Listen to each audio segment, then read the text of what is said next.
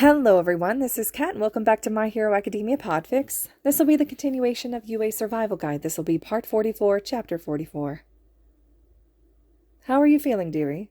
Izuku blinks his eyes open to glance entirely at Recovery Girl, frowning thoughtfully in a self-assess of sorts, before forcing his shoulders into a shrug. "I'm okay," he says while being confined to a cot in the nurse's office after overusing not one but two quirks. Obro snorts from his position, not opening his eyes, or even angling his head in Izuku's direction.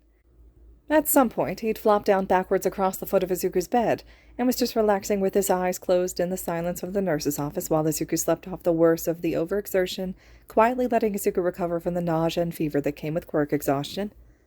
The nurse hums out in acknowledgement, stepping closer toward him. She gently presses her palm over his forehead, humming to herself once again. "Looks like your fever's finally starting to break." Her hand moves down his cheek. "How's the nausea?" "It's okay," Izuku tells her softly. "I think it's passing now, too." "That's good to hear, dearie." Recovery Girl offers a tiny smile, patting his cheek gently before pulling away and turning toward a locked cabinet of medications. She unlocks it, fluently, and rummages around for something, continuing without looking back at Izuku. "If you're healing at this rate, I'll consider discharging you to Shota-kun this afternoon. Just so you know, that means going up to the campus apartment with him where he can keep an eye on you, and not returning to your own dorm." "Really?" Izuku cocks his head in surprise. Only two of his classmates had been brought to the nurse's office with quirk exhaustion: Kaminari, who'd accidentally electrocuted himself with a pond during training exercises, and Uraraka, who'd tried to use her quirk on all 19 of their classmates at once a few weeks into the school year, and both had been made to stay overnight so Recovery Girl could keep an eye on them. Izuku should know they'd both complained very vocally about Recovery Girl's strict rest policy. "Don't look surprised," the woman chides playfully, turning back to him with what looks to be an anti-nausea medication. "I'm only considering it because I know how much of a helicopter parent Shota-kun can be. That started long before he took you on, dearie." "She's right," Obro snorts fondly. "I think at this rate, RG is probably the lesser of two evils for you, dude. Shota's a worrywart, and unfortunately for you, he's channeling all that energy into you, his reckless son." The woman laughs fondly to herself, taking Izuku's hand and shaking 2 small pill capsules into his palm. "That boy knows how to deal with quirk exhaustion just as well as I do. He's always so worried about those little friends of his, always overworking themselves, Hisashi-kun and that Shirakumo boy. 3 peas in a pod, those boys. It was rare to see one without at least one of the others, if not both, trailing after them." Izuku freezes at the mention of Obro, and even Obro pushes himself up to stare at the old woman in shock. Izuku's mouth goes dry as he holds the pills in his hand, watching the nurse head toward the water cooler that she had in her office. People don't talk about Obro, and never as casually as this. "Really?" Izuku croaks out, eyes staring to Obro, and then returning to the nurse's back. "Oh, yes," she hums back. "Reckless group they were. Hell-bent on pushing their quirks to the utmost limits, without a single regard for themselves. When it wasn't Shota-kun here, it was Hisashi-kun, and when it wasn't Hisashi-kun, it was Shirakumo-kun. All 3 of them laid exactly where you are, dearie. Hisashi-kun and Shirakumo-kun more so than Shota." "Hey, now." The ghost pouts, knees pulled to his chest like he's listening to a grandmother's story or something. The ghost always looks so giddy when people talk about him, unprompted. "I wasn't always here, and cloud was so hard to master. Do you know how many times I fell on my ass because my cloud density was off? And sure, when I tried to make more than one cloud, I got a little sick." "Shota-kun was never far behind, though." The woman huffs fondly to herself, as if remembering a teenage Shota, trailing along after Oboro or Hisashi into the nurse's office. "Hardly left their sides, and asked plentiful questions on how to help. Shota-kun was quite the little nurse's aide back in the day when it came to those two. Always such a caring young man. I think for the longest time that I and those little friends of his were the only ones to see the caring young man behind that gruff exterior. I'm glad to see him embracing it these days." "He used to get so shy." Oboro chuckles fondly, chin resting on his knees as he watches Izuku. "Whenever RG would tease him, I remember that, pretending he didn't care, but he never left us. Hovered, but would tell us off if we mentioned it. It was nice to never be alone in this place, and RG had a soft spot for us, I think, because she hardly ever chased us out." Recovery Girl hands Izuku the paper cup of water that she'd been grabbing, and he quickly swallows the pills and chases them with a gulp of the water. When the water's gone, he fiddles with the cup. "Anyways," Recovery Girl shakes her head, leaning heavily on her cane. "Enough about that. I think we should chat about this new quirk of yours and what it's doing to you."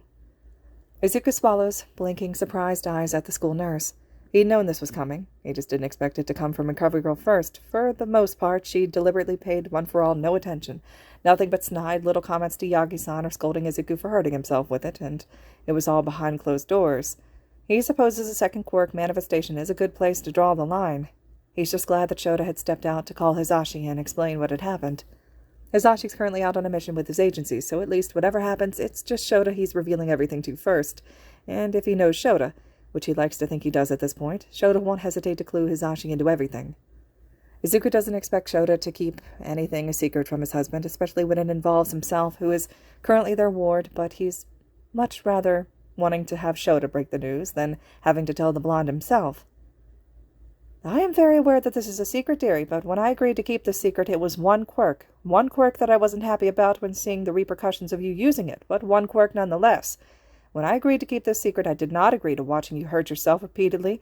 I've been lenient. Yagi-san assured me that you'd get the hang of it eventually, and you did after many, many visits to my office. I apologize. I've let this carry on as long as I have. Izuku looks down toward his lap, feeling like he's being scolded, even when he knows he's not. I can't just ignore a second quirk manifesting, Midori-kun. Recovery Girl shakes her head. I'm a medical practitioner, and I simply cannot allow you to go about learning a second quirk the way you learned the first. This was not something that anyone was prepared for. I let Yagi's teaching slide the first time around, but I can't a second time knowing what's going to come. You need proper quirk counseling. You need proper training, and Yagi simply isn't equipped to offer that to you in the capacity that you'll need. Izuku finally forces his gaze up, blinking owlishly at Recovery Girl's stern expression. I don't care what Yagi says. Your health and safety comes first to that quirk he bestowed upon you, dearie. Either the two of you tell Aizawa about One for All and what it's doing to you, or I'm going to tell him myself. I refuse to keep a secret that's been hurting you, and it will potentially hurt you even more now that it's growing. I know, Izuku breathes out, fiddling with the hem of his blanket. I want to tell him. Just, I have to warn All Might first. I don't need agreement, but I need to at least let him know first. Very well. Glad to see you have some common sense up in that head of yours, dear. The old woman teases, expression still serious. You should be starting quirk training with that new quirk of yours as soon as possible, so don't put this off. We both know what that first quirk did to your poor body, and I don't want to see a repeat of that. The next time I see you in this office because of a quirk that you haven't told your teacher about, I'll let him know myself, understood? I understand, Izuku said dutifully. Ah. Izuku whips toward the door when a new voice speaks, followed by a light rapping of knuckles against the door frame. Izuku jerks up when he notices Yagi-san in the doorway, smiling sheepishly. I just came by to check on young Midoriya. Should I come back later? Speak of the devil. The old woman huffs under her breath to Izuku before continuing loudly, enough for Yagi-san to hear. No need. We're finished talking. The child needs rest, but you're welcome to chat with him. Aizawa-san should be returning soon, so you keep the boy company until then.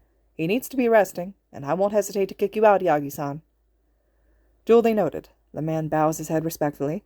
The woman nods to herself, clearly satisfied with the reply. She heads toward her office, hesitating in the doorway for just a second. I'll be just in here if either of you need me. Just call for me and I'll be right out. She closes herself into the small room before anyone can say anything more. Izuku stares at the closed door for a moment until someone clearing their throat had drawn his attention in. Izuku tenses up before looking at Yagi-san, who is still hesitating in the doorway like he's waiting for Izuku to invite him in. He takes a second to process that in and of itself, before he's awkwardly gesturing the man in. The retired pro is quick to obey the invitation. Young Midoriya, he greets softly. How are you feeling? Okay, Izuku admits tiredly. Still a bit nauseous, and I think I have a fever, but Recovery Girl said I could leave later today if I continue to improve. I'd much rather be at home than in the nurse's office. That's great to hear, my boy. Yagi-san offers a small smile. He's quiet for a long second, just watching Izuku before he sighs deeply and looks away. Listen, Midori-kun, we need to talk about what happened today. Yeah, Izuku agrees shyly. I think we do, but, there's something else I wanted to talk to you about first. It's pretty important, I think. Oh?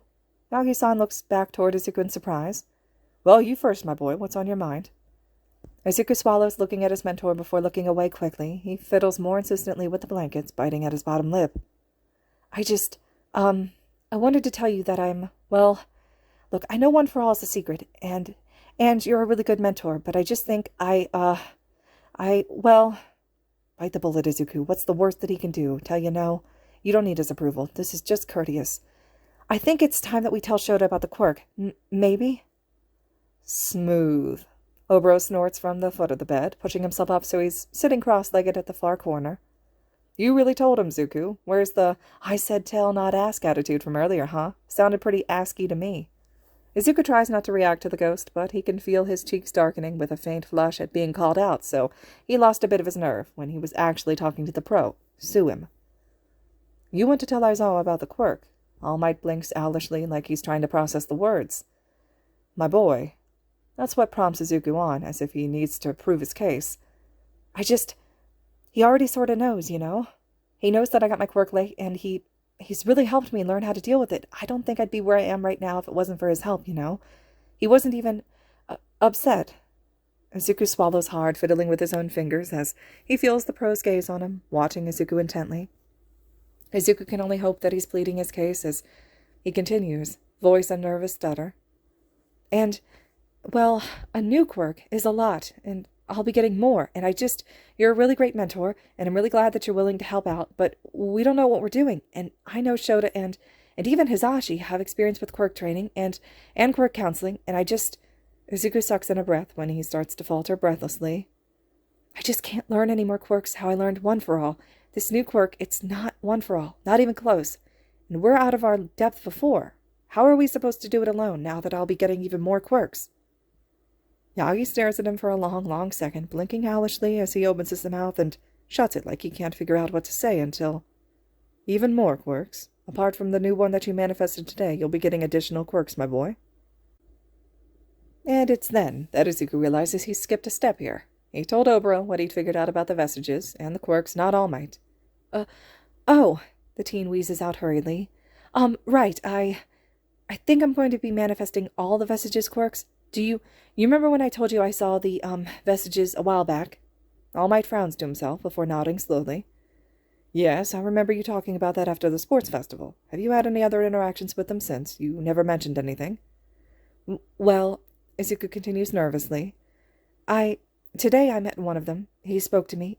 After Shinzo-kun used his quirk on me, I met one of the past users, Banjo-san. He told me about his quirk. It's called blackwhip. That's the quirk I manifested today. Banjo-san? All Might's brow furrows. I don't believe I've heard the name before, nor have I heard or seen anything quite like that quirk, besides my own mentor, and mentions of the wielder that passed the quirk on to her. I truthfully don't know much about the past holders. Izuku offers a sheepish shrug. Besides the first wielder of One for All, he's the only vestige I've really met, but, that wasn't what, anyways, Banjo-san told me about blackwhip, and he also said that I'll be manifesting more quirks too, and I do what I did with One for all over again.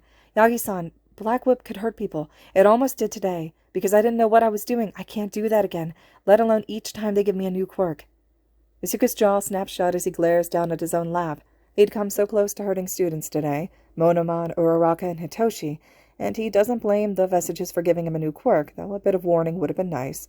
But he can't just run wild trying to learn this new, potentially dangerous quirk by himself. He'd been there before, and it just didn't quite work, and he doubts it'll work again when there's easier, more logical routes they could be taking, ones who have the power and knowledge to help them. Help Izuku so he's not breaking every bone in his body or hurting others with something that he doesn't know how to control. He simply can't learn any other quirks the way he'd learned One for All. Not if there's a chance blackwhip could hurt others. One for All was mostly dangerous for Izuku himself, which he accepted when taking that piece of hair from All Might, but he refuses to let these new quirks hurt the people that he cares about. His next words are quiet, just for All Might to hear. I need real help, Yagi-san. I need professional counseling and professional training. I have help at my fingertips, just being at this school, being in Aizawa-sensei's class, but Izuku bites hard at the inside of his cheek before looking up at his mentor defiantly. I'm at this school for a reason, for help, and to learn, but they can't help me if they don't know why I'm struggling. Yagi-san is quiet again, staring at Izuku with a thoughtful expression. There's a bit of hesitance, but Izuku is more surprised to see the bright understanding in the man's eyes. Hope blooms in Izuku's chest at the sight. He's too close to let this blow over now. My boy, the retired pro starts slowly. I agree with you. I know you said it was a secret. Izuku bulldozes on, hardly aware of what the man had said. I know it's confidential and that we can't just tell anyone, but You've had people in your corner like Gran Torino and the detective, and you still had your mentor too for a while. I just think... Izuku's thoughts come to a screeching halt as All Might's words finally register. Wait, you... What? Really? Unexpected development. Oboro mutters under his breath, watching the pro skeptically. Really? The man smiles softly. I do agree with you. Oh, Izuku frowns, looking down at his lap as the need to fight drains from his chest. You, didn't. Before, I mean. After the USJ when we talked then, you didn't mind that I told Shota about how I got the quirk, but you didn't want me to tell him everything else. Yes, that was before One For All started to act out and make a mess of things. Yagi-san sighs, running his fingers through his hair stressfully. I've never heard of One For All being anything other than an energy stockpiling quirk that's been passed down. I'd hardly even seen the vestiges in all the years I possessed it. I was scared for you when that new quirk manifested so suddenly, the man admits quietly. I don't understand what's happening, and frankly, to know that you're going to be getting even more quirks I've never seen, let alone heard of, I'm out of my depth, my boy. Izuku takes a moment to process his hero's words. The man hesitates, studies Izuku, before shaking his head. I was prepared to teach you One For All, but this, I can't teach what I don't know. That, I don't know how to do. Not like a trained professional would. You need a quirk counselor at this point, and you need training that will veer from what I know how to teach. You're okay with telling someone else? Izuku breathes out, heart pounding in his chest. He'd started this conversation believing they'd be fighting about this, that Izuku would have to go behind All Might's back, blatantly disobeying him in order to get some help, but he hadn't expected All Might to agree with him. He hadn't expected All Might to be on the same page. Not just anyone. The pro huffs a soft laugh.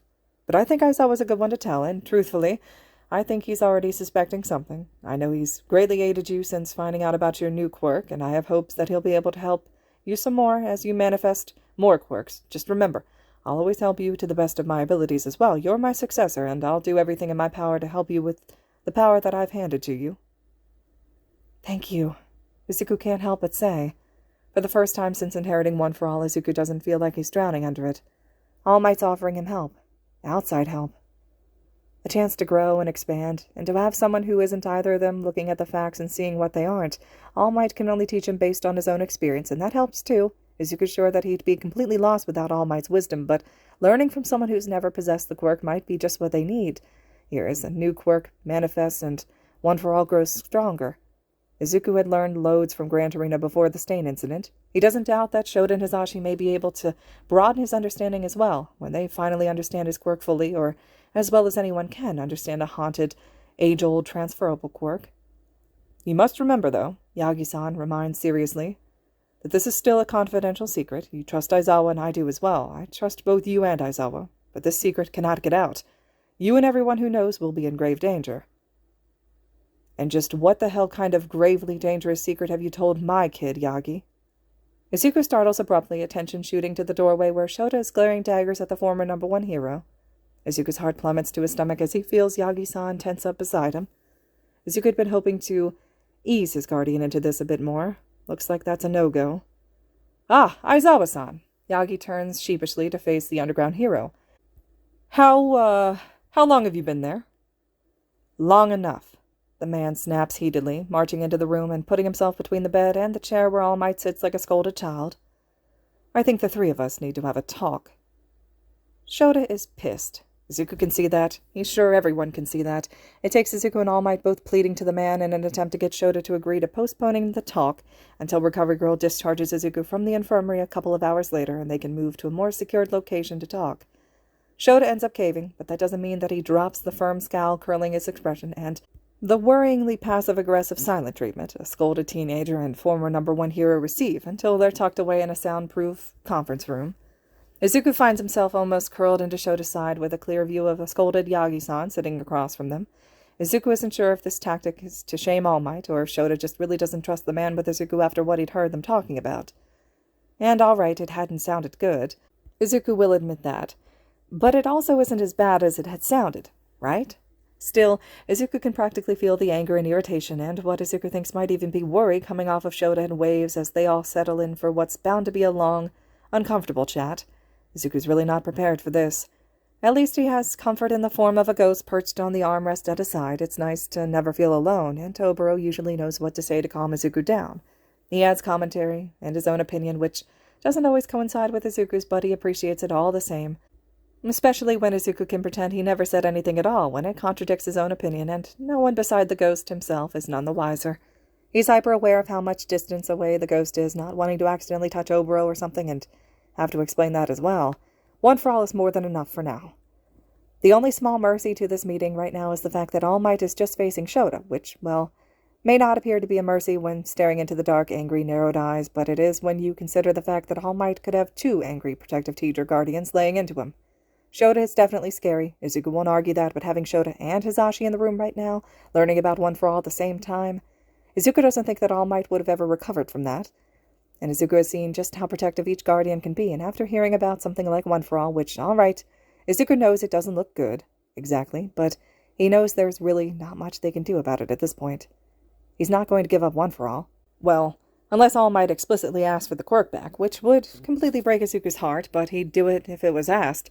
Izuku doesn't think All Might would ever do that to him, especially not now that the vestiges are making themselves known and finally helping him toward reaching the quirk's full potential. Still, he doesn't even want to think about that happening. Well, Shota snaps impatiently, looking between Izuku, who's almost pressed into his side, and Yagi, who sits across from them, almost sheepishly. Izuku can't help but notice the dagger Shota's glaring in All Might's direction, while he himself only gets sideways, uncertain glances from his guardian. Izuku can't tell if it's because he's slightly fevered from the quirk exhaustion still, or if it's similar situation to before the sports festival, when Shota and Hisashi had jumped to the conclusion about Izuku's relationship with the #1 pro, where he thinks that All Might had done something against Izuku's will or something. But once again, it's nothing like that, and Izuku won't have Yagi taking the heat for something like that when he's trying his best, just as Izuku's trying to. Despite how Shota's eyes are narrowed on Yagi, Izuku's the one to clear his throat. You wanted to know about what happened today, didn't you? That new quirk to manifest in the middle of a training exercise? Shota snaps his attention from Yagi and down to Izuku thoughtfully. Yes, I did. I do. Are you saying this, whatever the hell this is, has something to do with that? Izuku swallows, nodding meekly. Aizawa, Yagi starts awkwardly. Do you remember that villain I arrested, right after young Midori and young Bakugo were kidnapped by the League, when I had lost my quirk?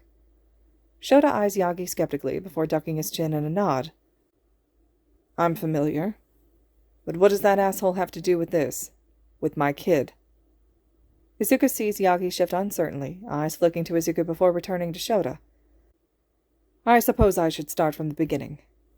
Yeah, Shota huffs out, arms lacing over his chest. You should. Back at the dawn of quirks, there were 2 brothers.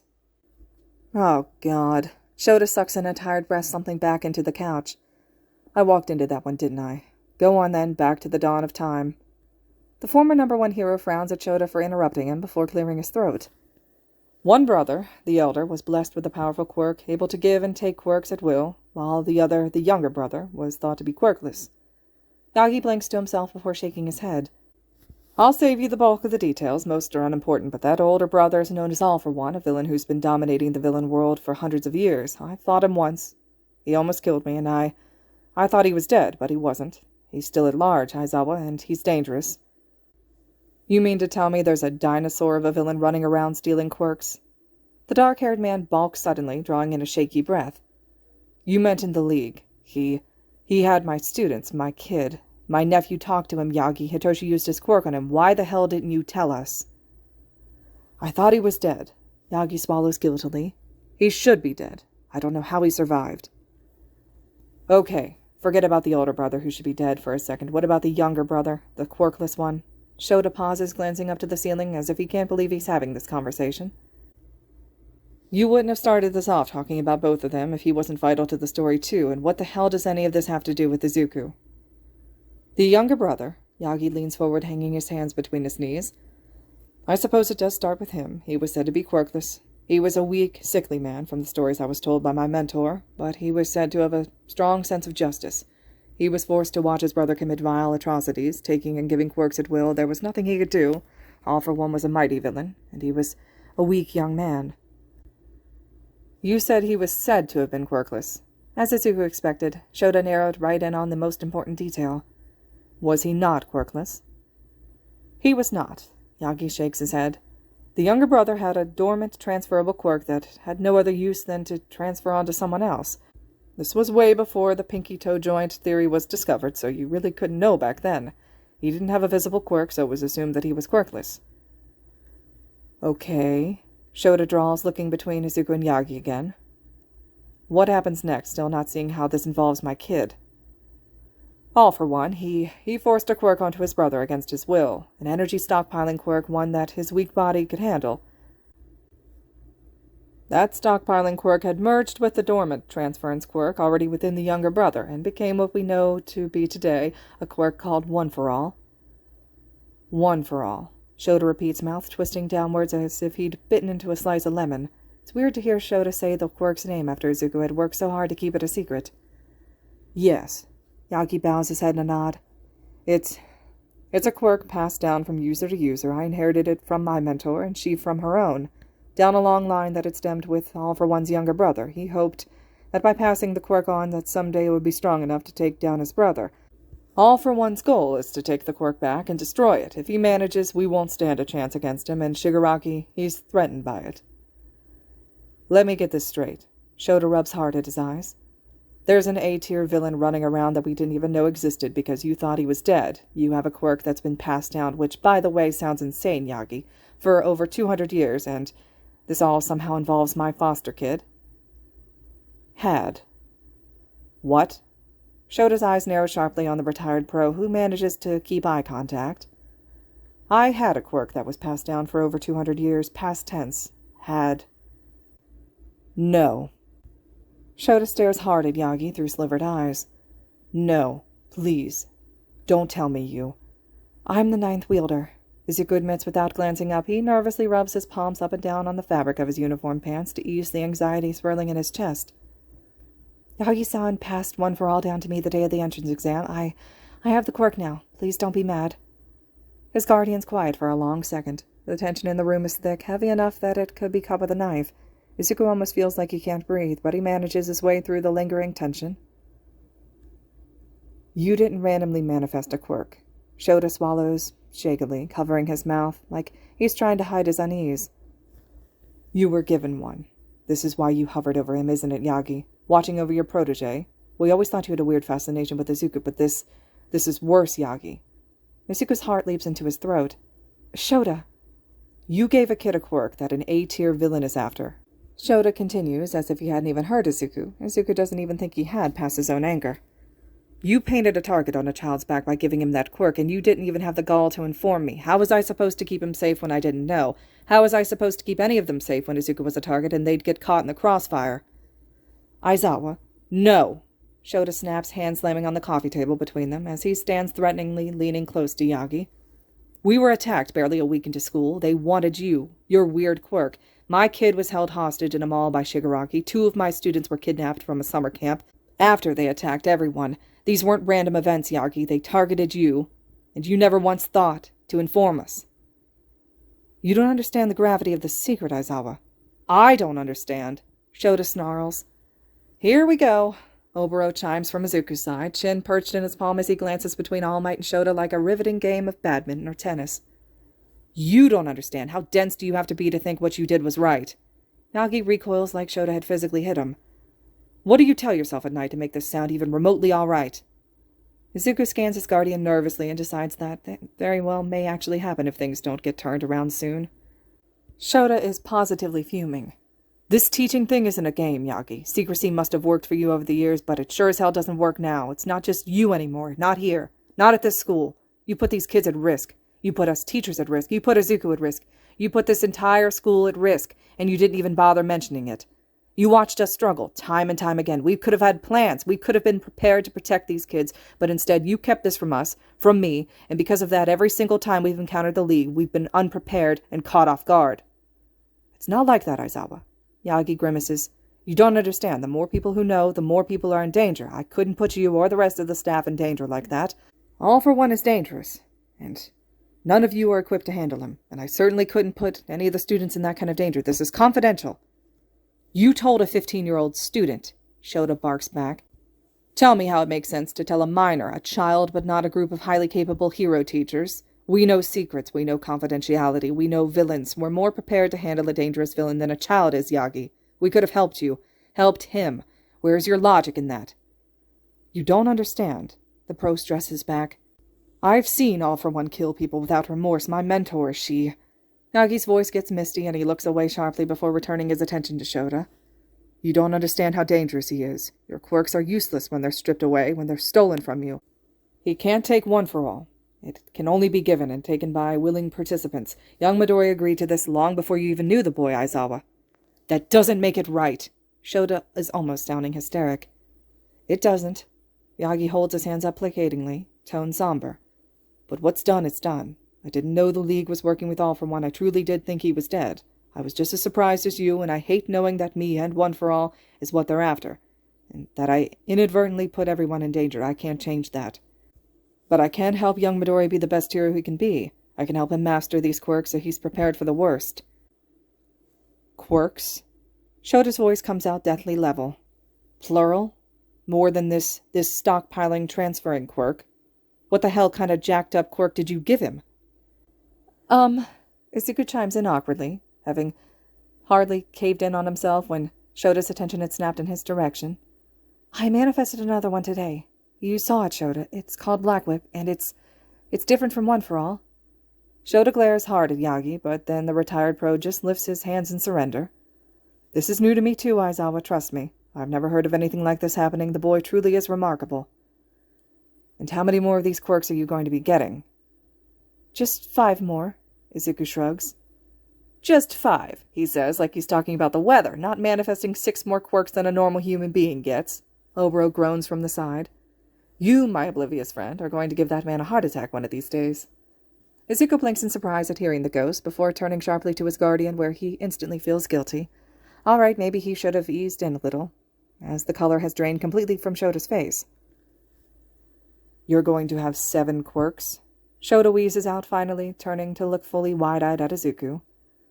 He scans the boy quickly, a frown tugging at his lips. What will that do to your temperature? His temperature? All Might questions in confusion, brow furrowing as Izuku tenses up. The hyperthermic state he goes into when he uses your quirk, ring a bell. What? Yagi balks, whipping around to face Izuku. Young Midori, what does he mean? One for All shouldn't... It's been doing that to you. Why didn't you tell me? Izuku swears his heart is pounding in his ears as his lies finally catch up to him. He tries to swallow it down, but all he hears is static and the rapid thumping of his heartbeat. You didn't know. Shota turns back to Yagi, cautiously blank as he eyes the man. He almost died after the week-long internships. Your quirk apparently drains his internal temperature. If Todoroki hadn't been there that night, he would have... Shota swallows, before shaking his head like he's chasing away the thought. We made changes to his costume and haven't had an incident since, but yeah, it almost killed him. I didn't know. Yagi breathes out. I'm sorry, One for All is different for each wielder. The whole idea of the quirk is that the first person cultivates the power and then passes it on to another. The next refines it and passes it along again. Young Midori is the 9th wielder. It's constantly getting stronger, and I had no idea. I didn't know about the additional quirks or the vestiges either. Izuku feels awful. He feels fake. He feels like a scum of the universe right now. He'd lied, and now it was coming back to bite him in the ass. He hadn't lied to All Might, not really, but he also did. He's the worst. What vestiges? Izuku winces, drawing in a shaky breath. The past users, he allows hesitantly. Obro is perked up at his side, but this is certainly not the time to be spilling all his secrets. Shota's already mad enough about the one. They've been reaching out, I guess. They're sort of trapped in the quirk. I spoke to the first user, All for One's brother, and the owner of Blackwhip, but the others, I've just sort of seen them. In One for All, and, in dreams, I think. When? When Toshi used his quirk on me today, and last night. I thought it was just a bad dream, but now, I don't know, it felt pretty real, the more that I actually think about it. I did see first, I'd seen him before that dream, when I was in the hospital after Hosu. And you didn't mention any of this to All Might? You didn't tell any adult? I wasn't sure how to, Izuku offers weakly. I mentioned them after the sports festival, but he didn't know either, so I just... I don't know, didn't say anything. It wasn't a big deal or anything. They weren't bad, just strange. Young Midoriya, Yagi-san chide softly. You could have told me. I know. Izuku bobs his head in a nod. But I didn't even know what was going on, and it didn't make much sense. I mean, first, wasn't making any sense, at least, and everything just happened so suddenly, and I'm sorry. Everyone could have handled this better. Shota huffs tiredly. Let's just let bygones be bygones. Lay everything out on the table so this doesn't happen again. That's a good idea. Yagi nods slowly in agreement.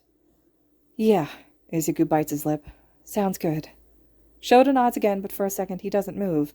His eyes are screwed shut, and he's clenching them tight enough that Izuku wonders if he's trying to ward off a headache. The man sighs deeply, finally blinking his eyes open as he glances sideways at Izuku. This is just a lot to process.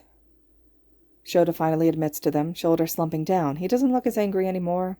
Now he really does just look like he's trying to process everything. First, I want to know who else knows about all of this. Kachan, Izuku admits sheepishly, ignoring the pointed look his guardian sends him. Sorta. I'm not sure if he really believed me, but I did tell him. And, you now. That's everyone who knows because of me, at least. Detective Tsukuji knows. All Might adds, just as sheepish. A retired pro by the name of Gran Torino. He mentored me after my mentor no longer could. You would have seen his name on young Midori's internship paperwork. Nezu and Recovery Girl both know, and, well, Sasaki knew as well. That's about it, I believe. Wonderful. A list. Shota sighs, rubbing his eyes before he glares up at the ceiling. I will be telling Hizashi, just so you're aware. Maybe not everything we discussed, but the important details. We're Izuku's guardians, and we need to be prepared to keep him safe. That's non-negotiable. He's my husband. That kid is our son. I accept the dangers of knowing, and I know he will too if it means keeping Izuku safe. Yagi swallows nervously, but bows his head in a nod. I understand, but please keep it between the two of you. I cannot caution enough as to how important it is that this be kept a secret. We don't know for certain that they know I've passed on the quirk. For young Midori's safety, we need this to stay confidential. You're barking up the wrong tree with that warning. Shota huffs, almost amused. The majority of the population doesn't even know that Hizashi and I are married, let alone that either of us aren't single. You didn't know until we told you. Trust me, Yagi, the two of us are more than capable of keeping a secret, especially when it comes to the safety of our kid.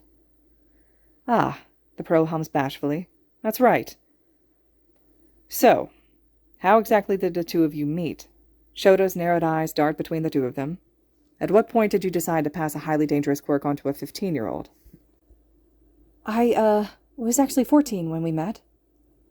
14. Shota's voice is too calm to actually be calm, and Izuku feels the man's frame tensing angrily. Izuku curls into himself a little more, wincing as Shota glares hard at Yagi. But I didn't pass the quirk on until he was 15, Yagi hurriedly adds, wincing at his own words. Young Midori simply was not ready to handle the quirk when we had met. I put him through extensive training to build the muscle mass he needed to safely contain the quirk. It's powerful, and he simply didn't have the muscle density that One for All would have needed, frankly. All Might hesitates, looking away sheepishly. Had I passed it on when we had met, it would have blown his limbs off completely, or possibly even killed him. I waited as long as I could, Aizawa-san, but you know as well as I do that young Midori would not have passed the physical portion of the entrance exam without a quirk. I knew his best shot at prevailing with One for All would be at this school. He needed to get in. Probably the only smart decision I've heard you make yet. Shota drawls dryly, jaw clenched tightly. Izuku can't help but grimace at what Yagi said. It really doesn't sound that much better. 15 is still pretty young to be getting a quirk like One for All, but it's better than 14. Almost a whole year later, 10 full months of Izuku following a nutritional meal plan to get his calories up and doing hours upon hours of physical labor to bulk himself up. Izuku sure that he would have died by now if Yagi-san had passed the quirk on any earlier than he had. At least they'd been self-aware enough to realize Izuku wouldn't have been able to manage with just Yagi alone. Attending this school had been more influential to his growth than either of them would care to admit. Izuku doubts he'd be where he is now if he'd never gotten into Yuuei. All Might trained me hard, Izuku offers quietly. We did the best we could. I had 10 months between the time we met and the entrance exam to build the muscle density I would need to inherit the quirk. I knew what I was getting into, for the most part at least. These new quirks are a surprise. I wanted a quirk, so bad. I wanted One for All. I wanted a chance to help people. I wanted to be normal and to be a hero, Shota. I'm just as much to blame as Yagi-san is. Okay, Shota breathes out between clenched teeth after drawing in a calming breath. So, you met him when he was 14. How? How did a 14-year-old junior high student catch the #1 hero's attention? Izuku clamps down on his tongue, looking away sheepishly, not wanting to be the one to answer, and Yagi clears his throat nervously, looking just as much like he doesn't want to answer. Izuku sees the man anxiously wringing his hands together. Well, I happened across young Midori who was being attacked by a villain I happened to be in pursuit of. Hang on. What? Shota seethes, attention jerking down to Izuku in shock before looking back at Yagi as his eyes harden. There were no flags on his file, no incident reports, no police reports. This is news to me, Yagi. What the hell do you mean he was attacked by a villain when he was 14? It was a sludge villain, Izuku swallows, remembering the feeling of his oxygen being cut off and slime forcing its way down his throat. He said he needed a vessel, and he just sorta tried to take over my body. It felt like I was drowning in goo, and I couldn't breathe, and then the next thing I realized, All Might was there, and the villain was caught, and everything was fine. Izuku chances a glance at Oboro, who's perched on the armrest grimacing. That look alone has Izuku swallowing nervously, anxiously reevaluating that afternoon he'd missed something important as he stares down, almost unseeing, at his hands, voice small. It was fine, right? There's a second of tense silence until Shota's the one to break it. Why wasn't there a report filed of any attack involving him, Yagi? Izuku looks up at Shota's icy tone, glancing sideways at his guardian, who pays Izuku no mind at the moment, eyes narrowed dangerously on Yagi-san. The former number one wilts guiltily, eyes shifting away from Shota as he worries his bottom lip between his teeth, obviously trying to figure out how to explain that specific attack without having the underground pro lashing out. Did you even report it? To anyone? Did you have him looked at by medics on scene? Was there any medics on scene? Did you report anything? Tell anyone? The kid was drowning, Yagi. He was being suffocated. He could have died. I was fine, Izuku whispers. But there was no guarantee that you were fine. Shota turns sharply to look at Izuku, anger softening. You felt fine, but that doesn't mean that you were. It's protocol to have people involved in attacks looked over by medics. You could have been dry drowning. There could have been bacterial fluid in your lungs, or you could have even had asphyxiation complications that didn't present instantly. Symptoms aren't always instant, Izuku. Your body was functioning on adrenaline at the time of the attack. A self-assessment isn't enough after an attack like that. It's up to the adult, or a first responder, to make the right decisions. Izuku sinks back into the couch, staring hard at his own hands. Medical attention is always your first response for anyone involved in an attack like that, whether that be civilians or yourself while you're out doing hero work. That's something every hero should know. Shota's gaze snaps over to the pro, the softness bleeding out into a stern hardness once more. So why the hell didn't you report a 14-year-old kid almost drowning to death by the villains that you were obviously already after? It slipped my mind, Aizawa. Izuku winces once more as Shota's tension doubles, attention laser-focused on the other pro. Izuku can almost feel Shota vibrating with anger. Nagi reaches up to card his fingers through his hair, stressfully. I never made it to the police station after that specific attack. I got distracted, and the villain, he escaped my custody. My priority was getting him off of the streets so he couldn't hurt anyone else, but, well, I let myself forget about him for just a moment, and he was gone. I didn't have a chance to give a statement or file a report because I never made it to the station with the villain. And how the hell did you lose a villain, huh? I distracted him. Izuku didn't look up from his lap as he takes the blame, even when he feels his guardian and his mentor's attention snap toward him. Yagi-san tried to leave, told me he was bringing the villain to the police station, but I was an idiot, and I had a question for All Might, and I grabbed onto him, and then he had to make sure that I was safe somewhere, and Izuku sucks in a breath, shaking his head. I got in the way, and then All Might couldn't really leave. It really was my fault. Izuku knew about your limit before anyone else. Shota's looking at Yagi again. You hit your limit that day, didn't you? I did, the man offers with a tiny, sheepish smile.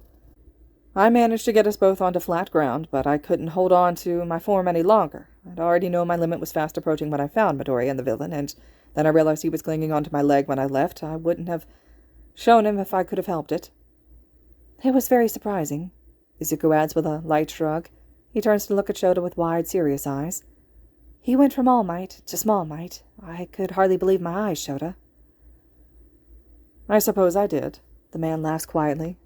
After that incident, I was much more careful with my limit. We're getting off track. Shota's narrowed gaze had flicked between the two of them.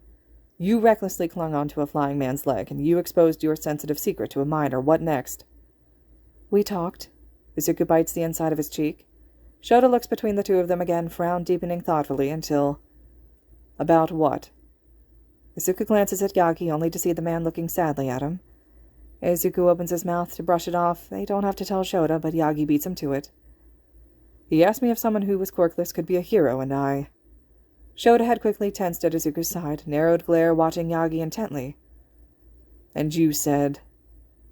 I told him the truth, Yagi admits quietly. Heroics is dangerous, Aizawa.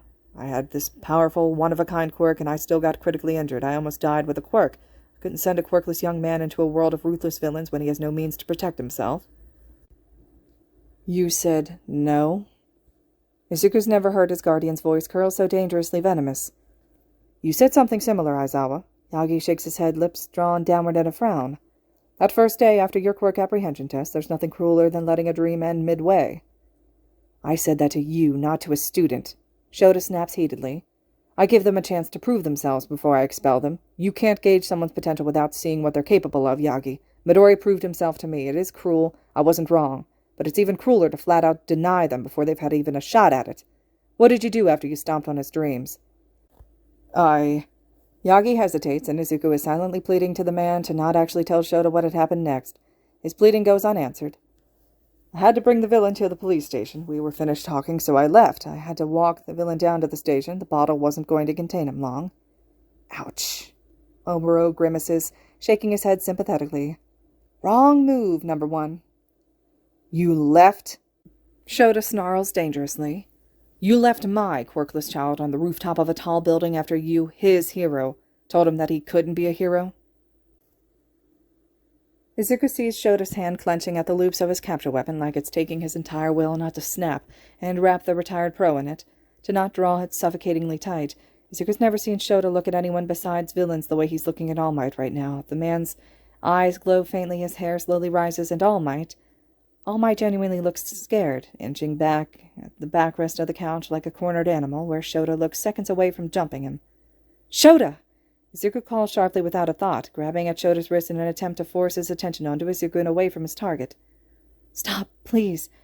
He only told me the truth. He was right. There was no way I could have become a hero without a quirk, and we both know it. We all know it. I never would have made it into the hero course without his help, without his quirk. Izuku shakes his head, letting go of Shota's wrist when it finally goes limp in his hand. He doesn't want to look at his guardian, doesn't want to see his anger or disappointment, so his gaze stays carefully trained on his lap. He sucks in a breath as he lets his hands drop back into his lap, offering a light laugh that holds no humor. You watched Hitoshi struggle to get into our class, and he has a quirk. You struggled to be taken seriously. I didn't stand a chance against that. Deep down, I knew I never would have made it into this school quirkless, and All Might told me as such. I respected the honesty. Honestly. Shota is quiet for a long second, and then his hand creeps into Izuku's field of vision, settling gently on his knee. The faint grip he squeezes is gentle and surprisingly comforting for the conversations they're currently having. It's nice to feel, especially since Izuku's sure that Shota wouldn't be offering comfort like that if he was upset with him. It's a weight off his shoulders to know that Shota isn't truly upset with him over one for all, and keeping this a secret way past when they'd become teacher and student, and even past when they became foster parent and foster son. Izuku had been so worried that this might drive a wedge between them that he'd been fearing since his teachers had taken him on as a foster child. He knew that he was supposed to be honest with the men, but it was so hard. It was so hard giving people all the facts and watching them decide whether they wanted to stay or go. People never wanted to stay. He always found himself alone in the end.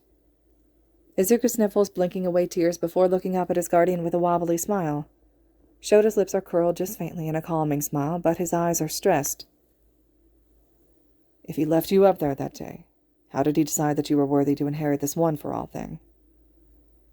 When he proved that he had exactly what it takes to be a hero, All Might is the one who answers, voice serious and leaving no room for argument. You know as well as I do that young Midori has the heart and soul of a hero. I made the mistake of judging a book by its cover, but when I got a glimpse of what was hidden inside, I knew there was not a better young man to fill my shoes when the time comes. Shota's brow furrows as he lazily narrows his eyes. That doesn't really answer my question, Yagi. You left him there, so how did he prove himself to you? Right. The pro's jaw snaps shut sheepishly as he rubs nervously at the back of his neck. The villain I was chasing, he did escape in the confusion, and unfortunately young Midori was not his only target that day. Shota stares hard at All Might for a long second before his attention settles on Izuku, who clears his throat nervously. Izuku's stomach flips anxiously when he feels Shota's prying gaze on him, but he knows he needs to be the one to really explain what happened next. Explain. The dark-haired man demands quietly, waiting for either of them to continue. You're not going to like this part very much. Izuku wrings his hands together, finally forcing his eyes up to meet Shota's. I was going home when I saw the commotions. It was an attack, and not just that, but it was the villain who'd attacked me, attacking someone else. Izuku's hands clench into fists at his lap, and he squeezes his eyes shut at the vivid memory of Kacchan being choked by slime. He distantly sees the hero standing by, watching, and doing nothing because no one had a quirk suitable for such a villain, and he sees Kacchan struggling, aimlessly to breathe, and guilt drops like a rock in his stomach. Shota shifts beside him, moving too quickly for Izuku's panicking brain to keep up, and then the man is gently easing Izuku's fist open. Pain blossoms across his palms, and blood rushes into the pinprick indents that he dug in from his nails. When his eyes snap open, Shota's crouched before him. He can't see All Might anymore, or really anything else beside his guardian, which makes it easier to focus on Shota entirely, still holding his hands gently as his thumbs sweep calmingly over his knuckles. The contact drags Izuku back from his spiraling, and he can't help but clamp down on Shota's hands. The man doesn't so much as bat an eyelash. Focus on me, kiddo. Shota tells him with all that gentleness that Izuku had come to associate his hard-ass teacher with over the time that he'd gotten to know Shota on a personal level. You're not in trouble. Just tell me what really happened, all right? It was Kacchan. Izuku croaks out, shifting to drag his cheek along his shoulder to soak up the tears spilling. It was Kacchan he was trying to use, and no one was... The heroes were all watching him die. I couldn't just... Izuku sucks in a shaky breath, eyes squeezing shut once again. I couldn't let him die, Dad. I couldn't. He's my friend. He was my best friend. He's Kacchan, and he was dying, and no one was helping. Take a breath, sunshine. Izuku hears distantly, and his first thought, as silly as it is to think back to if he's ever heard Shota use the nickname Hisashi had dubbed him with. Maybe in sign once or twice after Hisashi had made his sign name the sign for sunshine and the letter I, but besides that, Izuku doesn't remember it. Something about hearing the nickname after all of this, his secret coming to light, and Shota knowing about something that he tried so hard to keep hidden, has Izuku crumbling at how softly Shota says it. He tries to draw in a stuttery breath, like directed, lungs suddenly aching at the lack of oxygen, but he just ends up choking on it. He draws in a panic breath through his nose, shaking his head vigorously. Yes, you can. Shota urges gently, one of his hands coming to cup the back of Izuku's head, fingers carting through the curls. Focus on breathing. In and out. Just keep trying, okay? It's just us. There's nothing to be scared of. You're okay. Katsuki's okay. I know you're overwhelmed, but you're okay, Izuku. Izuku struggles for a moment longer before he finally managed to draw in a shaky breath that eases the strain in his lungs. He sucks in another shortly after, deep and desperate, that has relief balming over the ache in his lungs. Sorry, Izuku croaks out finally, bowing his head forward until his forehead just faintly settles against Shota's sternum. There's something about feeling his guardian breathe that continues to calm him down, makes it easier to suck in oxygen and let himself slump tiredly. Shota's chin bows down in return, settling on the crown of Izuku's head for just a second before pulling away as he gently nudges Izuku back. Izuku clings for a second longer, eyes squeezed shut, unwilling to let go just yet. Nothing to apologize for, Shota tells him seriously, letting Izuku do things on his own time. That sounds traumatic, and you were just a kid experiencing it. You can't help a panic attack. They're completely natural and entirely logical when it comes to stuff like this. We'll talk more later, okay? But for now, thank you for telling me. Izuku pulls his head back away from the man's chest, scanning Shota's face as the man finally has a chance to glance down. He lets Izuku's hands go, scanning the crescent-shaped indents that are lazily bleeding. Izuku feels silly for hurting himself, but he really hadn't even realized it even hurt until he was letting up on the pressure. When the man looks back at Izuku's face, he softens, hands cupping the boy's cheeks as he draws his thumbs gently under his eyes, wiping away the tears. The man shakes his head as he stands, returning to his previous spot, just maybe a little closer to Izuku. I remember seeing that attack in the news. Shota sighs in annoyance. And I remember being beyond pissed off. It was like watching an act of murder because a couple of pros decided they weren't suited to help, which was ridiculous. Anything would have helped. A backpack helped. I take it you were the unnamed classmate to throw the backpack. Izuku just knows his cheeks light up in embarrassment. Yeah. He wipes at his face again, cheeks sticky with dried tears. I had to do something, and I don't know, I just moved before I realized it. No one was doing anything, and he could have died. I couldn't watch him die knowing I could have helped. I never would have been able to live with myself if I just watched and didn't try. And where were you in all this? Shota speaks up, louder than it had been when he was addressing Izuku. You were there, weren't you? All Might was the name on all those news articles and police reports. I am embarrassed to say I thought I couldn't help young Bakugo at first. Izuku startles, having almost forgotten Yagi-san was even in the room with them. A new round of embarrassment lifts to his cheeks as he realizes that he'd just had a panic attack in front of his mentor, in front of All Might. His inner turmoil must show on his face as Oboro snickers at Izuku's side. Asshole ghost. Yagi shakes his head like he's disappointed in himself, continuing levelly. I was no better than any of the other pros watching young Bakugo struggle that day, watching and waiting for someone better and stronger, and more appropriately matched for the villain at hand, quirk-wise, to come along and help. Hang on. Shota looks back toward the retired pro. Weren't you the one to rescue them both in the end? Wasn't this guy the villain that you'd already caught once?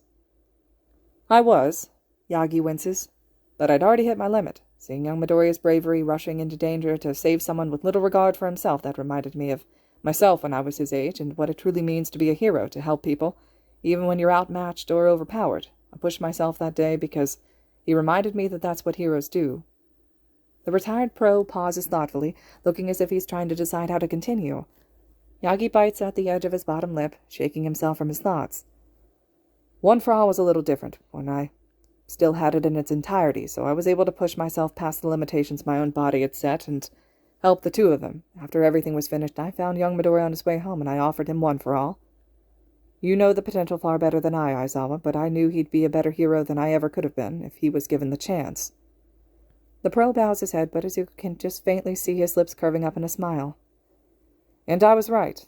I could not be prouder of the young man he's become, of the hero he's become. Izuku ducks his head in embarrassment, tears welling in his eyes. It's happy tears this time. I know I messed up, Aizawa. Yagi continues, head still ducked apologetically. I know you've greatly helped him with One for All, without even knowing it. I'm not vain enough to believe that his growth was entirely my doing. You've been a great asset to him. I doubt that he'd be the hero he is today without your aid. Uh-huh. Shota eyes the man suspiciously. Everything else aside, he's my student, Yagi. I'd do the same thing for any of them. I can see when they're struggling, and I'd be an awful teacher if I ignored it. He just happened to come to me first. Anyone could see that he was struggling. You saw what his quirk was doing to him at the beginning of the school year, and I didn't know he was struggling so hard because he'd just gotten the quirk, and not because he was some overzealous, powerfully quirked brat who'd figured that they could just float through my class because they were strong. Shota hesitates, frown deepening to a scowl as he regards Yagi. You isolated him. He should have had a network of help backing him between the teachers, quirk counseling, quirk training, that he should have been put in instantly, but instead, thanks to your harebrained idea of secrecy and keeping this from me as homeroom teacher, he struggled. I almost kicked him out of my class, Yagi. 1A has no room for brats who don't put in the effort to control their quirks. Shota. Izuku chides disapprovingly, a warm feeling settling in his chest when the man glances over, looking slightly scolded. Shota sighs, slumping back into the couch as he eyes Yagi. Just count yourself lucky that he told me that he was a late bloomer even if you, the adult, didn't. I can only help when I know, and when I don't, I can't properly gauge someone's potential. I truly am sorry, Yagi offers, looking between the student and teacher. I did insist upon secrecy, like my mentors before me, but I can see Midoriya does have a network. I never did. I suppose that I never had someone like you watching over me, Aizawa-san. I really must caution how serious this is, Aizawa. All for One is a dangerous man, and anyone who knows is a risk. The pro looks away sharply. This has gotten bigger than either of us now. One for All is flourishing in his hands, doing things that I never thought to be possible. I'm in over my head, trying to help young Midoriya, and he's barely keeping his own head above water. I can see that. I realize that. I could help with One for All, but I know I can't teach him quirks I've never possessed. The man offers a self-deprecating laugh, a tiny smile on his lips. Perhaps I need more practice teaching, eh, Aizawa? I took a position here to be close to young Midoriya and to help him with One for All, but I actually like teaching. The man in question glowers, then sighs. Part of being a teacher is making sure your kids are getting what they need to grow, even if it's not something that you're capable of. Asking for help and realizing you're not what they need is a step in the right direction.